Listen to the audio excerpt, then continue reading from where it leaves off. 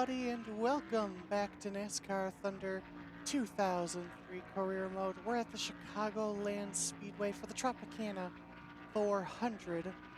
If you missed the last video, be sure to go check that out and then come back over here. But we did go 2 in a row last weekend at Daytona. So looking to try to go 3 in a row, which we've never done before. I kind of doubt that'll happen, especially when we run P36 on the first lap. Hopefully that is not indicative of our speed for the entire race. Car feels pretty fine here on the qualifying run. 31.066 the time on that first lap. So we head now into turn 3. We do have a upgrade after this race, so we'll have to select some new R&D, and then some sponsors will need to be signed after this race as well. But first, we need to do the race. A 30.596 gets us P29 for the Tropicana 400. The NASCAR Winston Cup Series comes to Illinois this week for today's race, the Tropicana 400 at the Chicagoland Speedway. This is still a new track for these teams. Tell us about it, Barney. NASCAR Winston Cup racing in the Midwest. The fans here are excited. I'm happy to be back here, and I think we're in for a great show. Jeremy Mayfield changed teams after the 2001 season, ending a 4-year tenure with Roger Penske. A lot of people, Ray Evernham included, believe Mayfield still has a lot of untapped potential. He certainly has shown flashes of brilliance in the past. Maybe he can put that number 19 Dodge in victory lane today. The Coca-Cola car will start this race a little farther back than he's used to. You're right, it's going to be tough for him. You get so used to starting up front, and then you have an off week and you have to start towards the back. Then when race day comes, you feel like you passed 1,000 cars at the end. And worse yet, sometimes you never make it to the front. For the land of the free and the home of the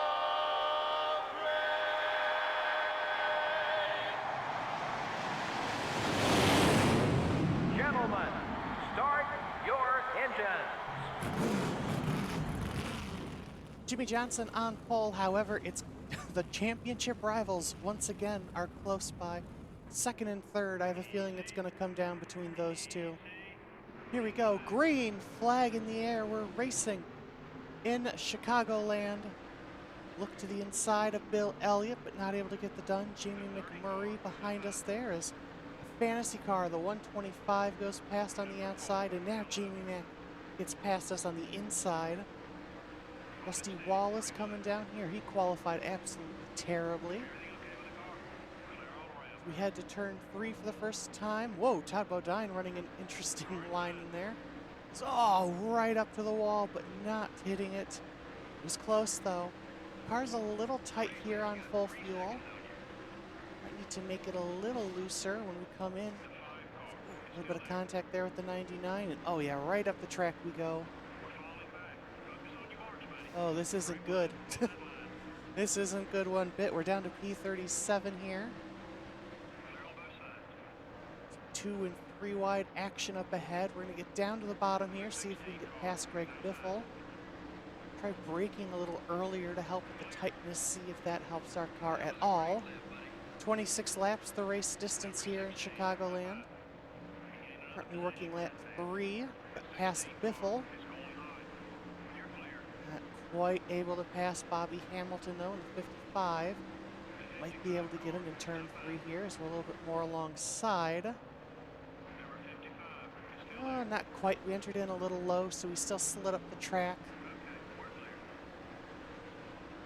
Again, it's just amazing how we at some tracks we're so fast now. We're contending and getting wins, but at some tracks we're still just horrendously slow.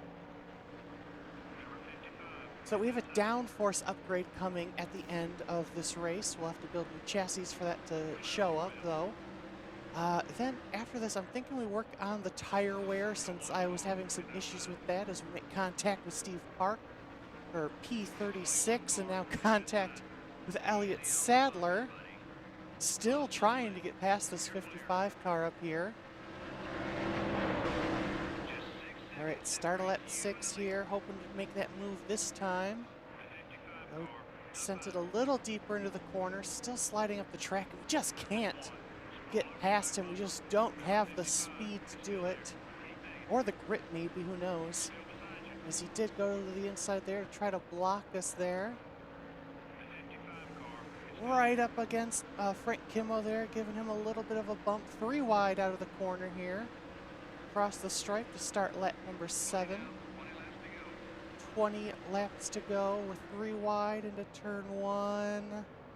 And we're sliding up the track, making contact with Frank Kimmel. We get past him, but Elliott Sadler gets past, so it's one of those situations where our position didn't change at all. And we still have not passed Bobby Hamilton.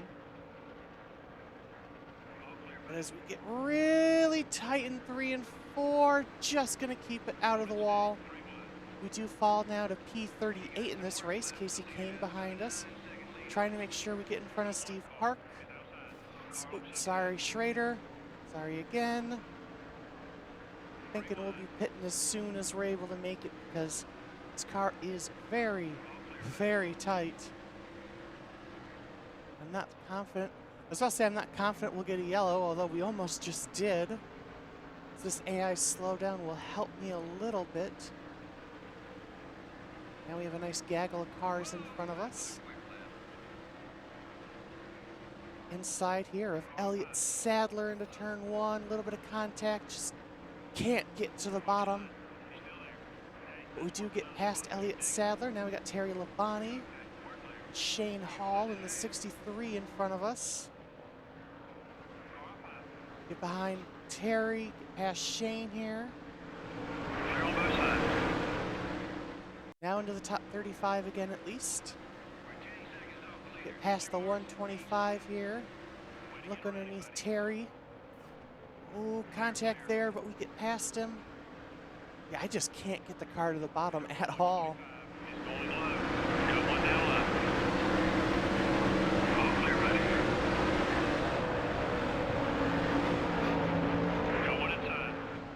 It doesn't matter. I can't get to pit road. There's a car underneath. I actually wanted to pit with those guys. We'll pit next time around. That one was off the base. Stay focused, buddy.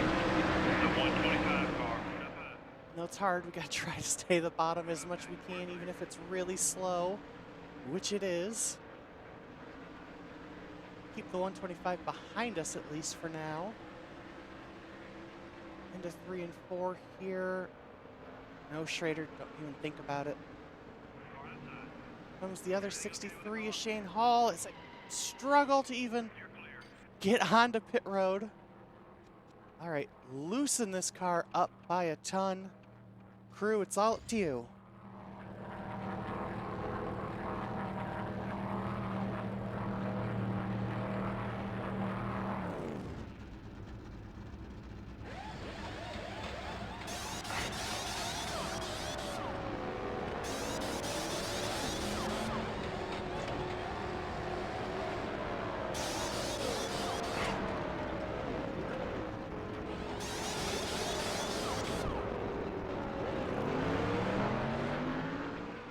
All right, good pit stop from the pit crew.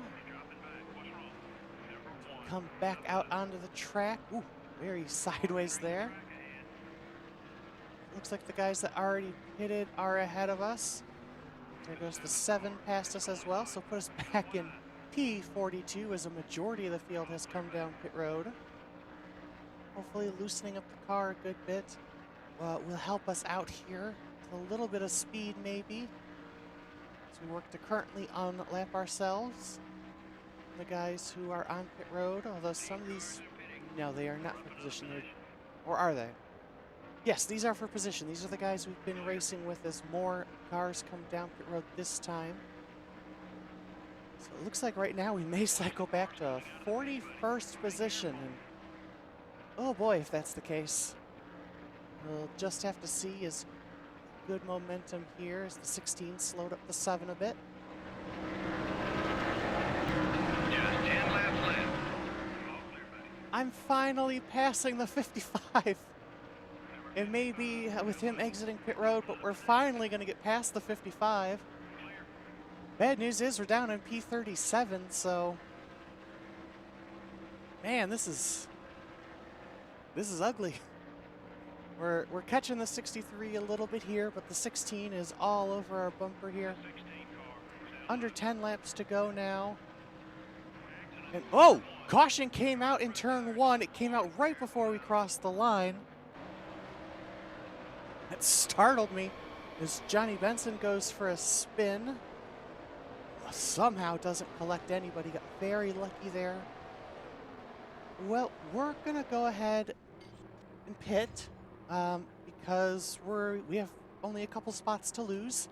So we'll get the fresh tires on the car, loosen it up a little more, and see if that helps us make up any extra spots with the couple laps we have remaining. It's worth a shot, right? All right, P42. Green flag is out on lap 21/22. All right, we are P37 at the time of caution. Will we gain any more spots? If this restarts any indication, the answer is no, which isn't a good thing. At least we have Johnny Benson behind us, I guess. No, Johnny, I just said we have you behind us. All right, there's an engine blowing up, so we've at least got 42nd in the bag. It's a yellow car. It's Ward Burton. Go much faster through turn 4 there, catching up a little, but not a ton. Tires not really doing what I was hoping for us. Here we go, get underneath the 46 there. And the 36. All right, tires are helping a bit. It's about to get up to where we were before. Now I have to try to pass the 55 on track finally.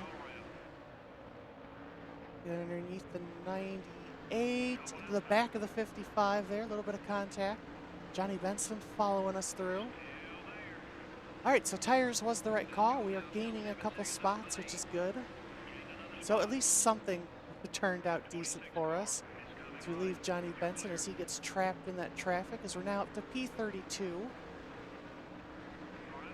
125, taking a look to our right side, but we have the speed. Might be able to get a top 30 here if we're quick enough.